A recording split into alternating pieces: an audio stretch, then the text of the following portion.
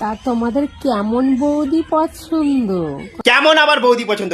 যেই বৌদি যেমন খুশি ভাবে লাগাতে দেবে সেরকম বৌদি পছন্দ। মানে আর কি মন, মানে আমার এই মনের সঙ্গে বৌদির দুখানি মন লাগাতে পারবো সেরকম ধরনের বৌদি পছন্দ। নিঃসন্দেহে তুই ঠিক কথা বলেছিস। মন তো একটাই হয়, আমি দুটো কেন বললাম? দেখেছো দিনকে দিন আমি যেন কেরম হয়ে যাচ্ছি। এই জন্যই বলছি প্রিয়তমা, তুমি পৃথিবীর যেই প্রান্তেই থাকো আমার আর্তনাদ কি তুমি শুনতে পারছো না? আমার একটু ভালোবাসো। দেখছো দিনকে দিন আমি কেমন আবাল হয়ে যাচ্ছি। Hello guys, good morning. কেমন আছো তোমরা সবাই? ভালো তো? তাহলে চলো শোনা করে শুরু করা যাক। শুরু অনেকক্ষণ আগেই হয়ে গেছে, এইটা না বললে কেমন মনটা খচখচ করে, তাই তোমাদের গুড মর্নিং জানালাম। ঠিক আছে টিকটকে ভাইরাল হতে আসি নাই।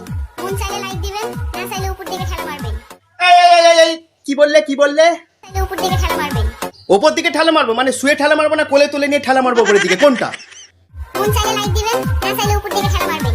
ও এই ব্যাপার। ভিডিও ভালো লাগলে তবে লাইক কমেন্ট শেয়ার, না হলে উপরের দিকে ঠেলে তুলে দেবে। আমি আবার অন্য কিছু ভাবলাম। দুষ্টু মন আমার। যাকে বাজে কথা বাদ দাও। বলছি বৌদি, ওটা তুমি কমলা লেবু ছাড়াচ্ছ না? বেশ দেখে মনে হচ্ছে তোমার এই লেবুটা বেশ মিষ্টি হবে, তাই না? বেশ রসে পরিপূর্ণ, টস করছে লেবুটা। আমার খুব দেখে লোভ লেগে গেছে। বলছি যে বৌদি, তুমি তোমার লেবু বলে একাই খাবে, আমাকে একটু দেবে না? আমাদেরকেও দাও একটু ভাগ, দু কোয়া দাও, বেশি দিতে হবে না। আউ ফাউ কথাবার্তা।